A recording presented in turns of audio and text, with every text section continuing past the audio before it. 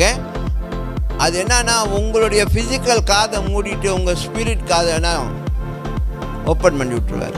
அது அங்கே டவுன்லோட் ஆகும்.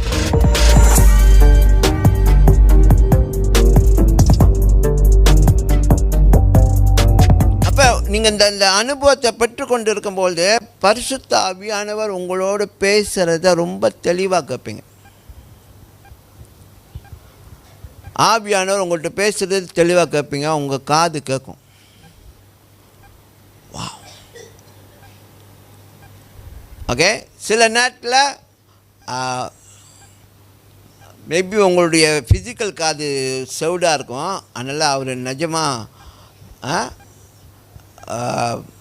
எங்கேயோ தூரமாக ஏதோ பேசுகிற மாதிரி கேட்கும். புரியுதா? இல்லை.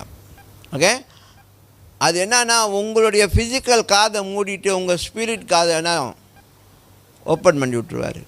அது அங்கே டவுன்லோட் ஆகும். ஆனால் சில பேர் அதையும் தாண்டி சில ஆடியோ வாய்ஸ் கேட்டிருக்காங்க.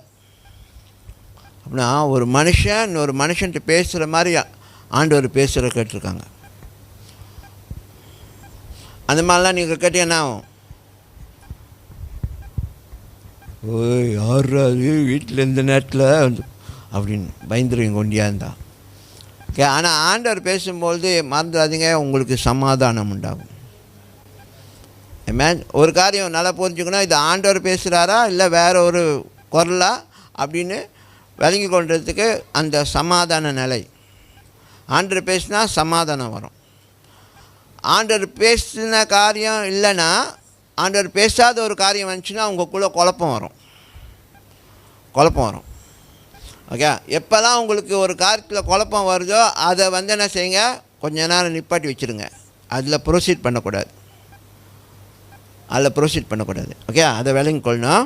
ஓகே, அப்போ அன்றைக்கி பேசின காரியம் என்னென்னா, உங்களுக்குள்ளே ஒரு உயர்வு நிலை வரும். நீங்கள் சாதாரணமான ரீதியில் காரியங்களை விளங்கி கொள்ள மாட்டீங்க.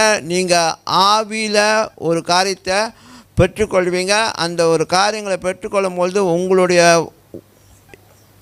உயர்வு அப்படின்னா உங்கள் வாழ்க்கை தரம், இல்லை உங்கள் சிந்திக்கிற தரம், உங்களுடைய ஆவியில் நீங்கள் கண்டென்ட் பண்ணுற தரம், இதெல்லாமே உயரும். புரியுதா?